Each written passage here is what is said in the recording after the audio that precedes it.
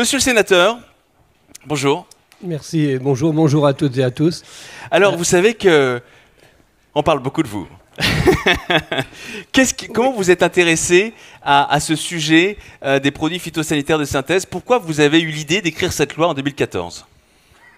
Alors, c'est toute une histoire. Alors, je sais ici que je suis quelqu'un qui peut déranger, mais je suis aussi celui qui fait partie de ceux qui souhaitent échanger avec vous pour trouver les bonnes trajectoires, Mettez bien le micro les solutions, de telle sorte que l'on puisse avancer ensemble. Comment vous avez eu l'idée de vous intéresser à ce sujet-là? Ça part de loin, puisque j'ai été adjoint au maire de ma commune de 1977 à 1995. En Bretagne? En Bretagne, Saint-Nolff, près de Vannes. Et ensuite, de 1995 à 2014, j'ai été maire de cette commune. Très engagé avec mon équipe sur les questions de développement durable dont on parlait relativement peu à l'époque. C'était assez... Rapprochez bien le micro. Pardon. C'était assez, on ne va pas dire marginal, mais ce n'était pas encore généralisé comme ça l'est devenu ensuite. Et il y avait un outil qu'on appelle l'Agenda 21, qu'on s'était approprié pour mettre en cohérence les différentes politiques que nous menions dans tous les domaines, avec la question du respect du climat, du respect des ressources de la planète, du respect de la biodiversité et de l'environnement.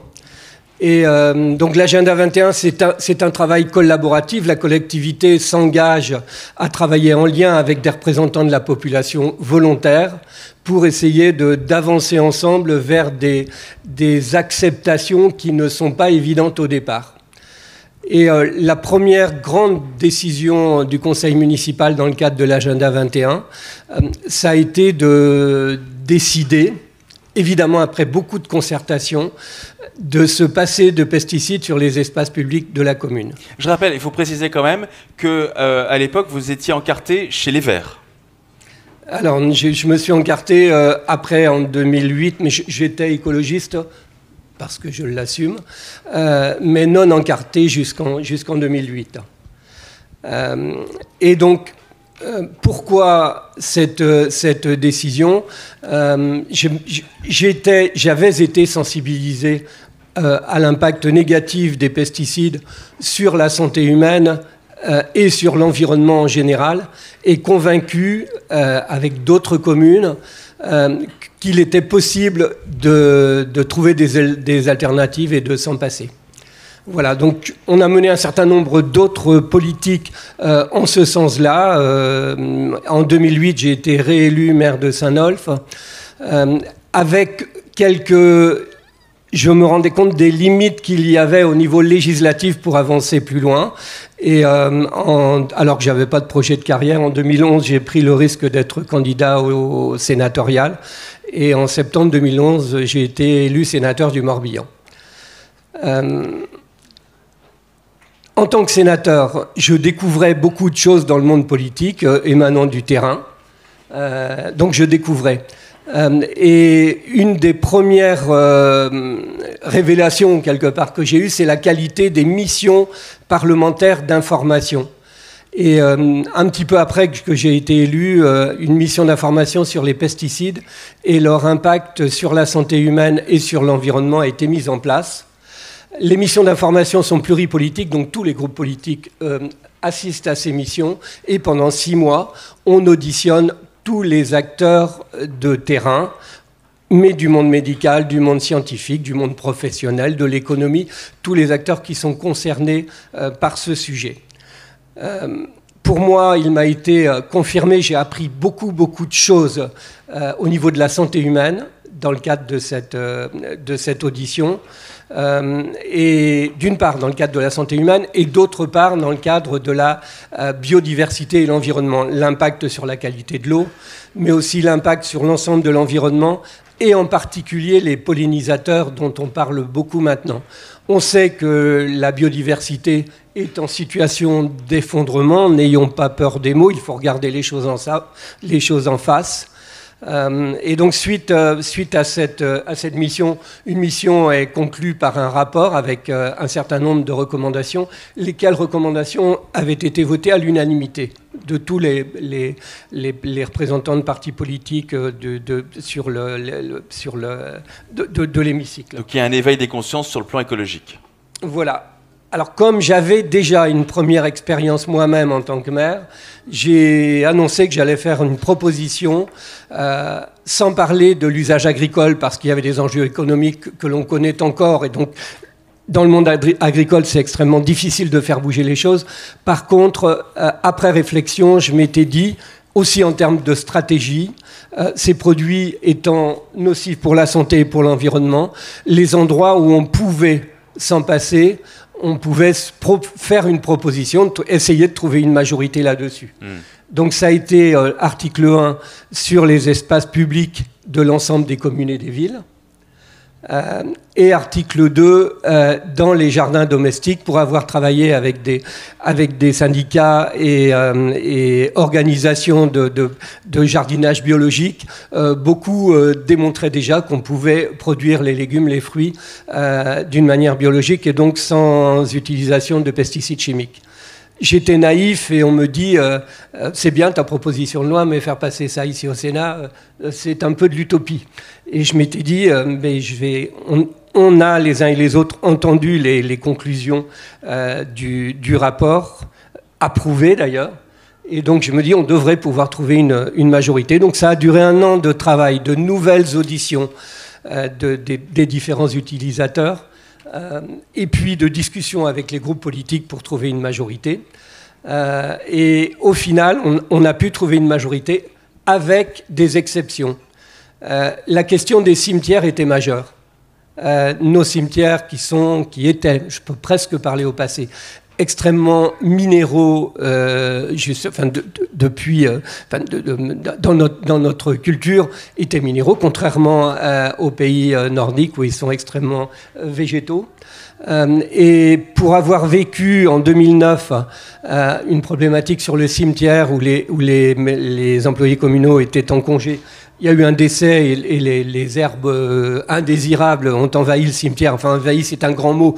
Mais on m'a demandé, je rentrais de vacances et on m'a demandé de rencontrer une famille qui était endeuillée et qui me dit vous ne respectez même plus les morts. Et j'ai été extrêmement touché au fond de moi-même d'entendre ces mots-là. Et je me suis dit, donc évidemment c'était involontaire. Et ensuite on n'a pas utilisé les produits de synthèse dans le cimetière. Mais la règle c'était on se débrouille, mais le cimetière doit toujours être nickel. D'accord. Et dans les discussions, il n'y aurait pas eu de majorité. On va passer au terrain de sport ensuite. Mais tout d'abord, si les cimetières avaient été intégrés au texte, il n'y avait pas de majorité. Donc les 2 exceptions, effectivement, qui autorisaient en fait l'usage des produits phytosanitaires de synthèse, c'était donc les cimetières et les terrains de sport, parce qu'à partir de 2015, en fait, vous interdisez ça au niveau des collectivités, dans les espaces verts, les parcs et jardins. Et puis, est-ce que c'est vous aussi qui êtes responsable du fait qu'il n'y a plus de vente de produits de synthèse, de produits de pesticides de synthèse en grande surface pour le grand public? Ça s'est passé en 2 temps. D'abord, le grand public pouvait en acheter avec un vendeur professionnel qui donnait du conseil. Et après, dans un deuxième temps, à partir de 2017, le grand public ne peut plus avoir accès à l'achat de ce genre de produits, produits phytosanitaires de synthèse. Alors, 2017, c'était d'abord les collectivités. Donc, interdiction pour les collectivités de les utiliser à partir de 2017. Hors cimetière et hors terrain de sport, parce qu'un autre sujet sensible, mais vous le connaissez bien, les terrains de sport, même dans les petites communes, la question de l'entretien du terrain de sport était essentielle. Sure. Et rapidement, parce que j'avais été maire, rapidement j'ai aussi admis d'écarter les terrains de sport de la loi. Et l'article 2 de la loi concernait les jardins, donc la vente dans les jardineries pour les particuliers. Et donc c'est en 2019 qu'elle a été mise en application. interdiction d'utiliser soi-même dans son jardin, et donc interdiction de vente pour les particuliers dans les jardineries. Alors revenons maintenant à l'agenda de votre loi qui s'applique. Donc cet agenda où effectivement il y a deux dates importantes qui vont arriver. C'est la date du 1er juillet 2022 et la date du 1er janvier 2025. Vous pouvez nous repréciser ces deux dates importantes qui sont vraiment majeures? Oui, donc concernant les terrains de sport qui, on vous l'a dit, étaient écartés initialement, beaucoup de communes ont avancé aussi, et sur les terrains de sport et sur les cimetières. Ce qui fait qu'on a travaillé en lien avec notamment le ministère de l'Environnement pour voir si ce qu'on appelait les trous dans la raquette pouvaient être comblés. Donc le ministère a mené des auditions. Il y a eu toute une période de concertation pour voir la faisabilité et définir les dates. Donc c'est là où pour l'ensemble des terrains de sport, 1er juillet 2022, mais les terrains de sport professionnels, donc les terrains d'élite, la date a été 1er janvier 2025, dans la mesure, là encore, il faut être prudent, dans la mesure où vous vous retrouvez face à des impasses techniques avérées. Voilà pour 2025. Et alors, il y avait une exception concernant le golf, parce que c'est à partir du 1er juillet 2022 qu'on ne pourra plus utiliser ces produits-là pour le golf, notamment pour les départs, les greens et les fairways. Et ça va s'appliquer à partir de 2025 pour les autres terrains de sport. Je parle sous votre contrôle, monsieur le sénateur. Oui, oui. Alors, je pense qu'au niveau du ministère, ils vont pouvoir intervenir tout à l'heure. Ils arrivent dans un instant. Sur la question des greens, évidemment, c'est extrêmement délicat. Mais globalement, les terrains de golf sont concernés, oui. Bien, et bien justement, c'est le moment d'accueillir nos deux représentants du ministère. Nous accueillons Emmanuel Steinmann et Amandine Singla. Applaudissements pour nos représentants du ministère.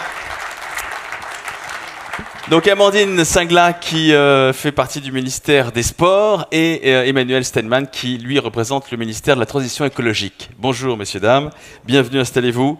Alors on va évoquer ensemble la normalisation de la loi par les ministères des Sports et de la Transition écologique. Et tiens d'ailleurs à propos, Emmanuel Steinmann, vous étiez en 2014, vous étiez adjoint au chef du bureau de la planification de l'économie de l'eau au ministère de l'écologie. Je me suis renseigné sur votre pédigré. À l'époque, vous étiez déjà sensible. Alors, vous travailliez à l'époque donc dans le département qui s'occupe de l'eau au ministère de l'écologie. Est-ce qu'à l'époque, vous étiez déjà sensible à l'utilisation des produits phytosanitaires en travaillant dans ce ministère de la Transition écologique en 2014? Personnellement, vous voulez dire? Personnellement, oui. Et professionnellement? Personnellement, effectivement, oui. On est tous confrontés on a tous une conscience qui émerge avec toutes les informations qu'on a dans les médias sur les pesticides. Et avant 2014 même, le ministère de l'écologie était très impliqué sur ces sujets-là, puisque les pesticides sont une des premières causes de pollution de l'eau. Donc c'est le sujet qui me concernait directement, et donc un travail historique sur ce sujet-là. Et c'est comme ça aussi que le ministère de l'écologie a acquis une légitimité à travailler sur ces sujets, puisqu'il est aujourd'hui copilote de ce qu'on appelle le plan Éco-Phyto, qui a été mis en place en 2019 et qui vise à réduire l'utilisation des produits phytopharmaceutiques avec un objectif de réduction de moitié à des horizons qui ont été repoussés successivement.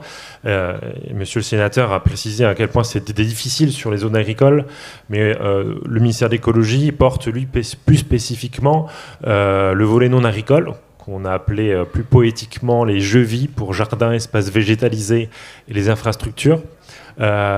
Qui, pour le coup, est une des principales réussites de ce plan Éco-Phyto, puisqu'on a réussi à réduire de pratiquement 95% l'utilisation des produits dans ces domaines-là, dans ces secteurs-là. Alors, concernant votre plan Éco-Phyto au ministère de la Transition écologique, j'ai cru comprendre qu'il y avait un appel à projet pour justement contribuer au financement de ces projets-là, notamment au travers de la greffe, puisque vous intervenez, vous accompagnez, grâce à la greffe, vous accompagnez effectivement le financement de produits éco-phyto. Vous pouvez nous en dire un peu plus concernant le financement de ces produits ? Tout à fait. Dans le cadre du plan Éco-Phyto, un programme financier est associé qui vise à contribuer à rechercher des solutions pour sortir des phytos. Donc une grande majorité de l'argent est consacrée effectivement au domaine agricole, mais il y a une partie aussi qui est consacrée au jeux vie.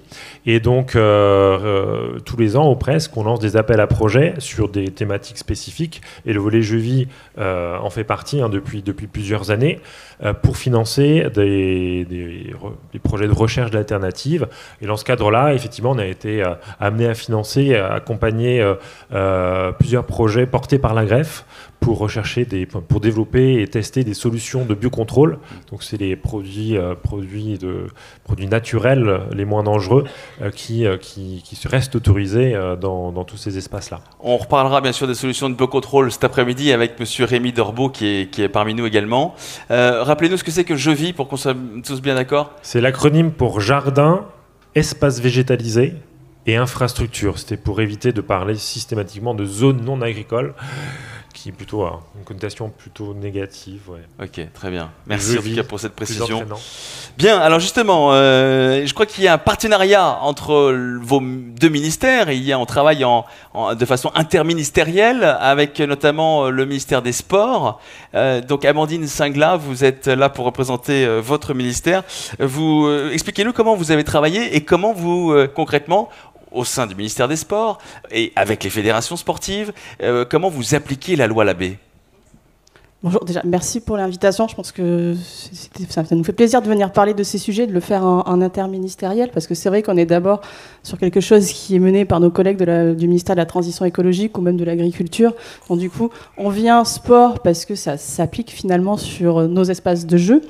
Et donc l'idée est bien sûr de le travailler parce qu'on porte collectivement, je pense, le gouvernement et en interministériel, cette idée de transition écologique dans tous les secteurs, y compris au niveau du sport. Donc, je pense que c'est dans ces sujets-là où on se retrouve et en se disant qu'il y a un besoin d'accélérer le niveau de transition écologique de notre secteur et tout en étant garant que notre secteur puisse aller à la vitesse qui lui est propre et à ses propres spécificités. Pour être plus clair, c'est-à-dire que si on prend sur l'application finalement de la loi Labbé et sur l'arrêté d'extension, et ça a nécessité de travailler avec les fédérations, avec les ligues professionnelles, avec tous les acteurs de la filière, on va l'appeler sport sur gazon, pour arriver à trouver finalement ces deux échéanciers, enfin cet échéancier de 2022 et de 2025, parce que ça nous paraissait le plus idoine par rapport à la capacité du secteur à pouvoir répondre à ces délais.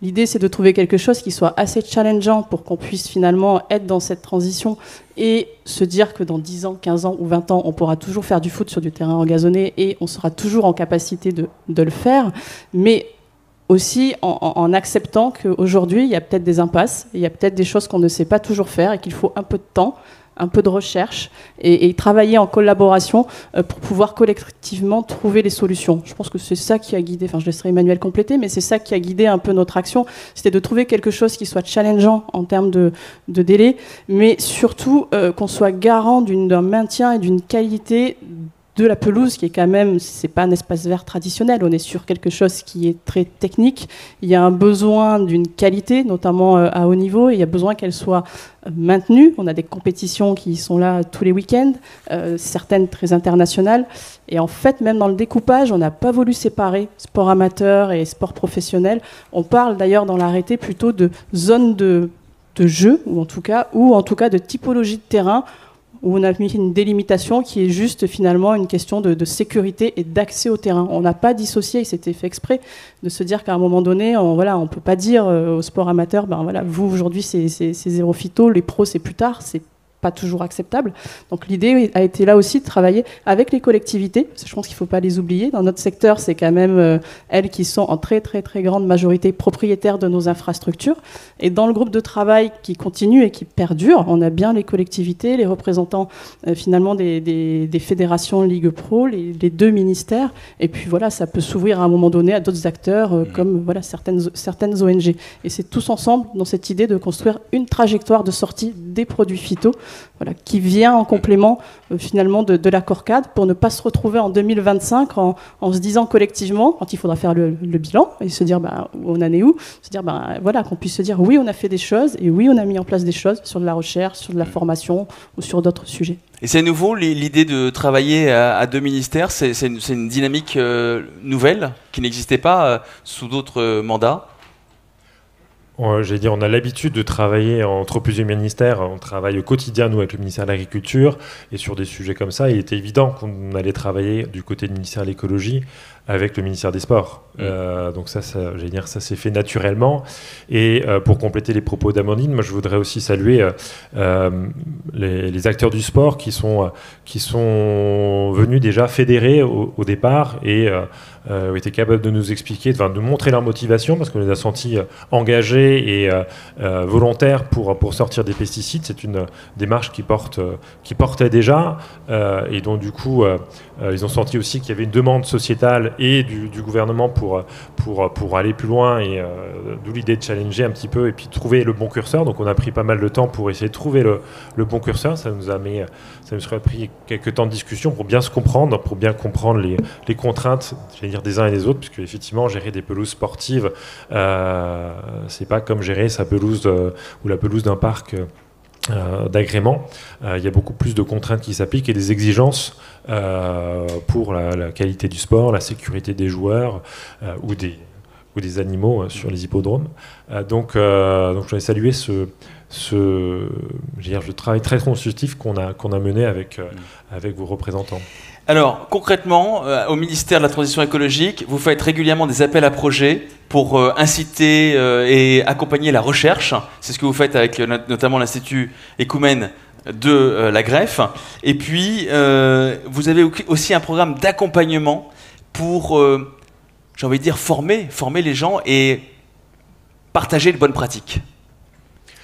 Alors c'est pas directement notre programme, mais les acteurs du sport nous ont demandé justement d'être un peu le garant en fait de ce dispositif-là et de permettre justement que l'ensemble des acteurs se mettent autour de la table. Donc, pour construire un référentiel ? Pour construire d'une part un référentiel, donc savoir quelles sont les bonnes pratiques, les meilleures pratiques et comment ces bonnes pratiques, ces référentiels évoluent, parce que du coup les recherches nous permettent d'avoir des meilleures références jour après jour, et puis après de rassembler et puis de mettre autour de la même table les partenaires de la formation, que ce soit le centre de formation des collectivités territoriales, mais aussi les dispositifs de formation qui existent dans le privé. Donc là, le travail est en cours aussi. Et concrètement, vous formez qui alors avec ce référentiel et ces formations? Vous formez les agents des collectivités? Donc nous, on met à disposition, on crée les conditions pour que les techniciens compétents, parce que du coup, on n'est pas forcément les plus compétents. Donc là-dedans, il y a la Greffe, il y a le service de référence Plantécité, l'association de référence pour les collectivités et d'autres encore qui vont apporter les expertises. Et donc nous, on met tous ces gens ensemble pour qu'ils produisent un document de référence. Et après, on met de l'autre côté, on rassemble les acteurs qui proposent des formations. Pour organiser des formations à destination des agents des collectivités notamment. On est en train de réfléchir à comment mobiliser aussi les acteurs des formations dans le privé pour les gestionnaires d'espaces verts, etc. pour qu'ils puissent s'approprier ces référentiels-là et donner des formations la plus pertinente et la plus à la pointe possible et la plus adaptée possible aux agents qui sont informés. Est-ce que vous les accompagnez également financièrement pour pouvoir subventionner ce genre de formation ? Alors, du coup, dans le cadre de la fonction publique territoriale, c'est des processus qui existent déjà. Hein, donc, l'enjeu pour nous, c'est de créer, une formation qui est dédiée à ça, que ce soit dans le catalogue. Et après, le processus classique se met en place. Donc, il n'y a pas besoin de subvention. En tout cas, pour les collectivités territorial. Je ne sais pas trop exactement encore comment ça se passe pour le privé, mais ça, on est en train d'y travailler. Surtout qu'il y a CPF maintenant, vous savez que le compte professionnel de formation permet de rembourser les formations que l'on finance pour avoir une formation continue tout au long de la vie. Peut-être juste pour compléter ce que disait Emmanuel, c'est vrai que sur la partie un peu plus privée, voilà, il y a des discussions qu'on va mener avec les OPCA pour le coup, pour voir comment effectivement ça peut aussi faire partie éventuellement de leur catalogue de formation. Et je pense que l'objectif global, puisqu'il existe déjà quand même des formations, c'est d'arriver à tous se poser sur un référentiel qui soit un petit peu commun, une base commune, et qu'ensuite chacun puisse réellement se l'approprier. Saluer aussi les partenariats qui existent déjà entre différentes fédérations et Ligue Pro, qui voilà, on sait que vous échangez déjà régulièrement sur ces sujets, et je pense que ça aussi c'est à accentuer et voir comment on peut s'appuyer sur toutes ces expertises pour que ça puisse aussi bénéficier à un moment donné au niveau amateur. Donc voilà, ça réfléchit aussi de ce point de vue-là. Après, il faut juste laisser un tout petit peu de temps pour que tout ça se construisent. Alors on a un projet d'accord cadre où on peut mettre un petit peu, enfin quand je dis on, ce sont pas que les ministères, hein, c'est tout le groupe dont on a parlé, mais en tout cas l'objectif est de poser ça aussi sur le papier pour que ça puisse perdurer dans le temps et qu'on soit bien dans cette trajectoire. Quel est l'accueil des fédérations sportives et l'accueil des ligues professionnelles de football et la Ligue nationale de rugby sur ces sujets-là ? Déjà, comme l'a dit Emmanuel, je pense qu'on a ressenti une vraie volonté de travailler sur ces sujets. C'est leur espace de jeu. Les joueurs sont au contact de la pelouse. Pour le rugby, ils sont quand même assez souvent dessus. Le foot, c'est pareil. On est quand même sur des personnes qui, voilà, à un moment donné, qui ont un lien particulier quand même avec la pelouse, avec la nature. Il y a un enjeu de santé publique, bien sûr. Exactement. Donc du coup, je pense qu'on a ressenti une vraie volonté, et avec l'idée d'essayer de documenter un petit peu plus le sujet pour nous aider à construire finalement cette trajectoire. Il y a eu un diagnostic qui a été établi, je pense qu'il fait 200 pages, il est quand même ultra précis, c'est un travail très collaboratif qui a été salué.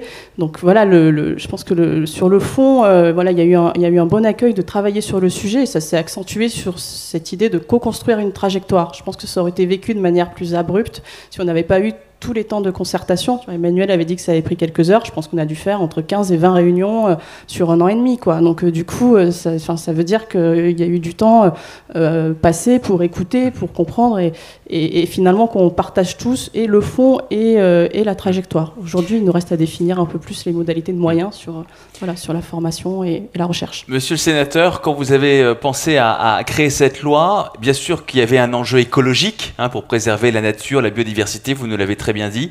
Est-ce que vous aviez pensé aussi à l'enjeu de santé publique? Parce que je repense à un article que j'ai lu en préparant cette table ronde.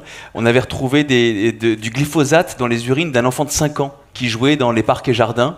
Est-ce que vous aviez pensé également à l'enjeu de santé publique? Évidemment, c'est un double enjeu d'environnement et de biodiversité, mais également de santé publique humaine.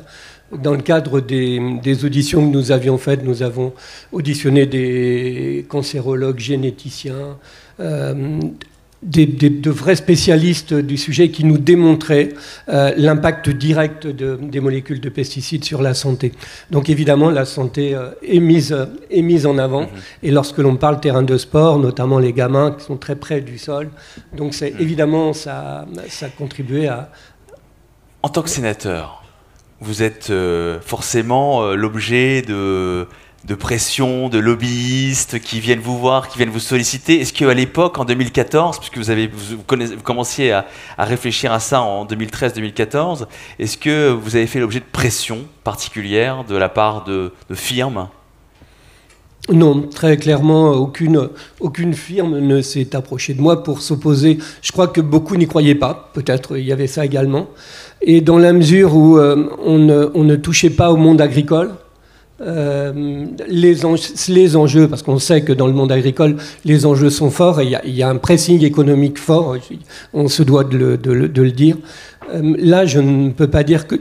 Au contraire, des gens qui ont souhaité discuter rapidement, alors la remettre en question sur le côté de dire non mais ça va pas être possible pour les finances communales, pour les employés communaux pour lesquels il y aura du travail supplémentaire, et revenir à l'époque de la bougie. Tout cela je l'ai entendu, Pour avoir expérimenté moi-même sur ma commune, et à l'époque il y avait 10% des communes et 50% des villes qui étaient déjà en démarche.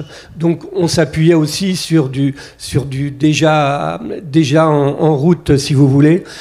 J'étais maire d'une commune de campagne et j'aime bien être pragmatique, non pas imposer des choses comme cela et puis se dire ils vont se débrouiller. Donc le tout c'est de prendre la décision politique parce que c'est notre rôle, pour les raisons qui ont été évoquées, mais ensuite en même temps, voir la faisabilité, et lorsqu'il y a des problématiques particulières, et c'est la raison pour laquelle on se retrouve ici, et bien discuter, comme ça a été bien présenté par les deux représentants des ministères, un travail de concertation avec les acteurs de terrain, mise en réseau également, de telle sorte qu'il y a une démarche collective nationale vous avez parlé des agents des collectivités. Il y a le CNFPT, Centre national de la formation publique territoriale, qui mène un travail extraordinaire auprès des collectivités pour l'information et la formation des agents des collectivités.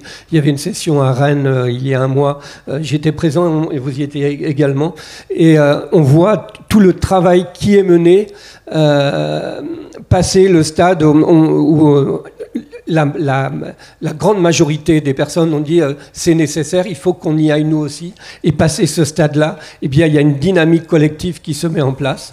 Il y a aussi des employés, notamment des employés de collectivités qui viennent dire merci, vous nous avez permis de renouer avec notre métier de jardinier. L'aspect agronomique du sol, le sol sportif également, la vie du sol, tout cela est à réapproprier. Mais là encore, ça a été dit, et là aussi, je ne m'y oppose pas du tout. Il y a des contraintes techniques. Il ne faut surtout pas que des interdictions dévient vers des stades qui soient uniquement synthétiques. Ce n'est absolument pas une solution. Le stade, vos pratiques sportives, c'est essentiellement sur du gazon, et donc travaillons sur la question du gazon. Par contre, les synthétiques, je ne suis pas intégriste non plus. Lorsqu'il y a des terrains qui ont besoin d'être très sollicités, notamment pour les équipes de jeunes, eh bien les terrains synthétiques le supportent mieux, ce qui permet d'économiser des terrains engazonnés également. Est-ce que, monsieur le sénateur, est-ce que vous êtes optimiste sur la date du 1er janvier 2025 qui interdira totalement l'usage des produits phytosanitaires de synthèse ? Oui, je suis optimiste dans la mesure où il y a ces questions d'impasse technique. Évidemment, ce qu'on a vu, c'est que toutes les fédérations sont en démarche positive pour avancer.